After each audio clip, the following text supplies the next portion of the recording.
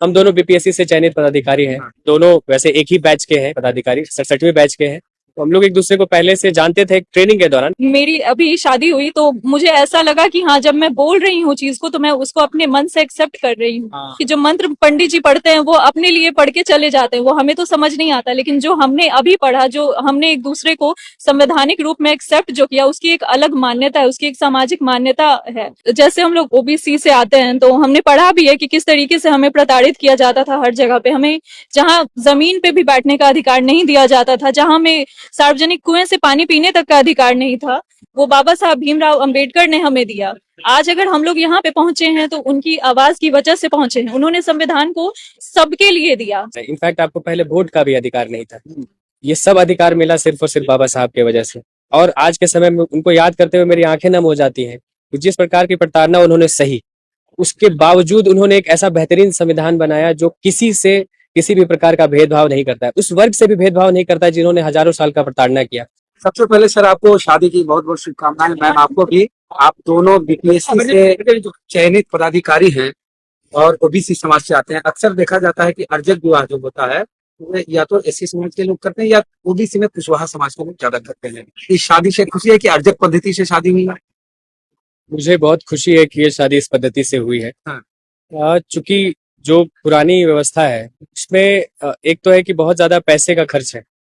आपने देखा होगा कि कितने कम समय में और नाहक एक मिनिमल फीस है अर्जक संघ का, उतना पैसा दे के आप जो है एक पूरा का पूरा विवाह संपन्न करा सकते हैं। तो जो लोग सिर्फ सामाजिक दबाव के चलते वैसी व्यवस्था को ढो रहे हैं कि भाई समाज क्या बोलेगा, उन्हीं को ये संदेश देने के लिए हम लोगों ने इस मंच से ये शादी इस तरीके से किया है कि आप, जरूरी नहीं है कि जिस वर्ग से आपने बोला कि शायद दलित वर्ग के लोग या फिर मोस्टली कुशवाहा समाज के लोग करते हैं, ये शादी ऐसी है जो हर किसी को करनी चाहिए।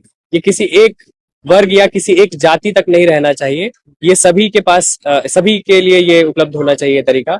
और चूंकि आप जैसा कह रहे हैं कि हमारे समाज में ये नहीं होता था, तो हमने, जो कि हमारा समाज इस बिहार राज्य का सबसे बड़ा आबादी के तौर पे समाज है, हमने उन्हें भी एक संदेश देने का कोशिश किया है कि आप इस पद्धति को अपनाइए, अपने पैसे और समय दोनों बचाइए और एक सुखी वैवाहिक जीवन की ओर अपना कदम बढ़ाइए।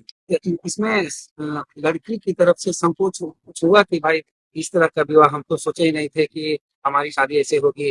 किसी का लड़की का भी सपना होता है ना, 7 फेरे होंगे, इस पर कई गाने हैं।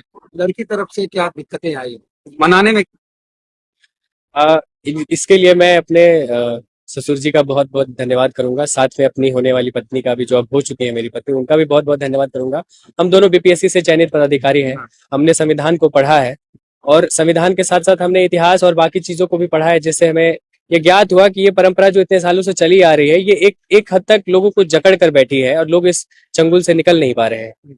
तो हमने, जैसा कि मैंने पहले कहा, मैडम ने और हमने दोनों ने मिलकर, मैडम को मैं ज्यादा धन्यवाद देना चाहूंगा क्योंकि जैसा आप कह रहे हैं कि हर एक लड़की का एक सपना होता है, तो ये इसका जवाब ज्यादा बेहतर मैडम दे पाएंगी। लेकिन मैं मैडम के बिहाफ पे ये कह रहा हूँ कि मैं उनका बहुत बहुत धन्यवाद करता हूँ कि वो इस पद्धति के लिए मानी, और अपने सास ससुर का भी बहुत ज्यादा धन्यवाद करता हूँ कि वो भी इस पद्धति के लिए माने। और एक सवाल ये, क्या ये प्रेम विवाह है या अरेंज मैरिज था? ये दोनों माता पिता ने अरेंज किया हमारा विवाह। ठीक है, हम दोनों वैसे एक ही बैच के हैं पदाधिकारी, 67वें बैच के हैं। तो हम लोग एक दूसरे को पहले से जानते थे ट्रेनिंग के दौरान बस, लेकिन जैसे बाकी ट्रेनिंग एक दूसरे को जानते हैं उसी प्रकार से जानते थे। ये विवाह पूर्णतः माता पिता के द्वारा आयोजित किया गया। परंपरागत तौर पर शादियां होती है हिंदू रीति रिवाज में कि उस तरह से हो, हल्दी हो, मंडप हो, 7 फेरे हो, वो सब कुछ नहीं हुआ। 5-10 मिनट में आपकी शादी हो गई। जी, ये आपका बहुत ही जेन्युइन सा चीज है कहना कि हर लड़की का एक सपना होता है, क्योंकि जिस सामाजिक परिवेश में हम लोग पले बड़े हैं वहां हम लोग यही देखते ही आए हैं। लेकिन जब हम इन लोगों के विचार को जाने और खुद जब हम संविधान को पढ़ रहे थे तब हम समझे कि हम लोग कितनी ज्यादा रूढ़िवादियों से घिरे हुए हैं। तो क्यों ना उन रूढ़िवादियों से आगे आके हम लोग कुछ ऐसे चीज को अपनाएं जिसमें सबको सामाजिक समानता से देखा जाता है, सबको समान अधिकार दिया जाता है। तो मुझे इससे कोई दिक्कत नहीं हुई और मैं बहुत खुश हूँ कि मैं ऐसे परिवार में जा रही हूँ जहाँ पे सामाजिक एकता को सबसे ज्यादा महत्व दिया जाता है, जहाँ संविधान सर्वोपरि है। और लोग जो इस तरह से लड़कियां हैं उनको क्या कहना चाहिए इस विवाह के? ये जो अर्जक विवाह, उसको किस रूप में देखते हैं? अर्जक विवाह को मैं बहुत ही अच्छे रूप में देख रही हूँ। जब मेरी अभी शादी हुई तो मुझे ऐसा लगा कि हाँ, जब मैं बोल रही हूँ चीज को तो मैं उसको अपने मन से एक्सेप्ट कर रही हूँ। ये चीज मुझे बहुत अच्छी लगी। बिल्कुल आपका सही कहना है कि जो मंत्र पंडित जी पढ़ते हैं वो अपने लिए पढ़ के चले जाते हैं, वो हमें तो समझ नहीं आता, लेकिन जो हमने अभी पढ़ा, जो हमने एक दूसरे को संवैधानिक रूप में एक्सेप्ट जो किया, उसकी एक अलग मान्यता है, उसकी एक सामाजिक मान्यता है। तो अर्जक संघ का मैं बहुत शुक्रिया अदा करती हूँ, और ये विवाह को मैं हमें चाहूंगी कि और लोग भी इसको अपनाएं। ये बोल चाल की भाषा में आपने शादी की, जी हाँ, ये निर्भर रहना पड़ता है उन पर कि वो क्या बोलेंगे। रिपीट भी करते हैं हम लोग, तो आधा श्लोक पढ़ते हैं और आधा हम लोग जी, और समझ भी नहीं पाते हैं। जी, तो बाकी लड़कियों को क्या कहना चाहेंगे जो बाकी लड़कियों को मैं यही कहना चाहूंगी कि वो इसे आगे आके अपनाएं और इसे सपोर्ट करें। अब पढ़ाई को लेके क्या करना है आपका, क्योंकि आप लोग पढ़े हैं, बीएससी क्वालिफाई किए हैं, लड़कियों एक लड़की के रूप में मैंने ये हमेशा समझा कि पढ़ाई बहुत जरूरी है। पढ़ाई सिर्फ जॉब के लिए नहीं, एक सामाजिक अवेयरनेस के लिए होती है कि आप अपना अधिकार पहचान पाते हैं, आपके लिए क्या सही है क्या गलत है, ये आपके लिए कोई और नहीं सोचेगा, ये आप खुद सोच पाइएगा, अपने फैसले आप खुद ले पाइएगा, समाज के सामने आपकी एक अलग पहचान होगी, आप किसी और के नाम से नहीं जाने जाइएगा। तो लड़की के लिए आज की पढ़ाई बहुत जरूरी है, बहुत ज्यादा ही जरूरी है। बाबा साहब अम्बेडकर हो, ज्योतिबा फुले हो, उनके विचारों को लेके आप लोग क्या कहना चाहेंगे? उनके विचार ही थे। फुले हो, बिल्कुल, जैसे हम लोग ओबीसी से आते हैं तो हमने पढ़ा भी है कि किस तरीके से हमें प्रताड़ित किया जाता था हर जगह पे। हमें जहाँ जमीन पे भी बैठने का अधिकार नहीं दिया जाता था, जहाँ हमें सार्वजनिक कुएं से पानी पीने तक का अधिकार नहीं था, वो बाबा साहब भीमराव अंबेडकर ने हमें दिया।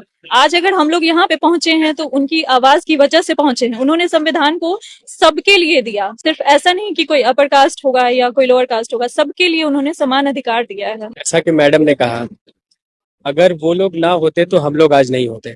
जो पुरानी व्यवस्था थी, जैसा कि आप सभी को पता है कि हम लोगों को शूद्र और दलितों को तो पहले इस वर्ण व्यवस्था का हिस्सा भी नहीं समझा जाता था। तो मैं उन सभी से यही आग्रह करना चाहूंगा कि आप लोगों को जो नए नए भगवान के तौर पे पहले आपको पूजने का अधिकार तक नहीं दिया जाता था, लेकिन अब आपको बोला जा रहा है कि आप जो है पूजिए, क्योंकि अब आप वोट के तरीके से देखे जा रहे हैं। इनफैक्ट आपको पहले वोट का भी अधिकार नहीं था। ये सब अधिकार मिला सिर्फ और सिर्फ बाबा साहब की वजह से। और आज के समय में उनको याद करते हुए मेरी आंखें नम हो जाती हैं कि जिस प्रकार की प्रताड़ना उन्होंने सही, उसके बावजूद उन्होंने एक ऐसा बेहतरीन संविधान बनाया जो किसी से किसी भी प्रकार का भेदभाव नहीं करता है, उस वर्ग से भी भेदभाव नहीं करता है जिन्होंने हजारों साल का प्रताड़ना किया। उस वर्ग के साथ भी अगर आज कुछ गलत होता है तो उनको भी आखिरकार उन्हीं बाबा साहब के संविधान के शरण में आना पड़ता है, जिनको इतने सालों तक उन्हीं लोगों ने प्रताड़ित किया था। तो ऐसे महामानव को मेरा कोटि कोटि प्रणाम है। और भी जो हमारे बहुत सारे महामानव हुए, जैसे ज्योतिबा फुले हुए, पेरियार हुए, इन लोगों ने समाज में वो अलग जगह है। एक ऐसे दौर में जब इन सब के खिलाफ, आज के समय आप देख रहे होंगे कि इन सब चीजों पे बोलना थोड़ा मतलब सही नहीं माना जाता, लोग उसमें बोलने से डरते हैं, लेकिन उन्होंने वैसे समय में बोला जब इन सब चीजों का कोई अधिकार भी नहीं था, न बोलने का अधिकार था, समाज में आपको न उठने बैठने का अधिकार था। तब ये कर पाना, उसके लिए कितना कलेजा चाहिए होगा, किस लेवल का हिम्मत चाहिए होगा, वो आप और हम सोच भी नहीं सकते हैं। तो ऐसे ऐसे महान मानव जितने भी हैं, उन सभी को मेरा आज कोटि कोटि नमन है। वो जहाँ कहीं भी हैं, उन सबको मेरा नमन है। और बस यही उम्मीद है कि अगर वो हमें देख रहे होंगे कहीं से भी, तो वो हमें आशीर्वाद जरूर देंगे एक सुखी दाम्पत्य जीवन के लिए। और जितने भी लोग इस वीडियो को देखेंगे, उन सभी से मेरा आग्रह है, कृपया अपने महान मानवों के बारे पढ़िए, अम्बेडकर जी के बारे पढ़िए, पेरियार के बारे पढ़िए, सावित्रीबाई के बारे पढ़िए, और भी जितने हमारे महामानव है उनके बारे पढ़िए, ताकि उनके जीवन के संघर्ष आपको समझ में आएंगे, उनका क्या दौर रहा, उन्होंने क्या दौर देखा, और उस संघर्ष से पार पाके आपके मेरे बेहतरी के लिए उन्होंने जो लड़ाई लड़ी, उस लड़ाई को आप बेहतर और समझ पाएंगे, और उनकी इस जो उन्होंने लड़ाई लड़ी है उसको और बेहतर अप्रिशिएट कर पाएंगे। इसलिए आप सभी से विनती है कि उनको पढ़िए, उनको समझिए और समाज सुधार की तरफ कदम बढ़ाइए, ताकि हम लोग एक समता मूलक समाज जिसमें सबको बराबरी मिले, वैसा समाज हम लोग निर्माण कर सकें, जैसा कि भीमराव अम्बेडकर जी का सपना था। आप सभी को बहुत बहुत धन्यवाद, आप लोग आए। Thank you.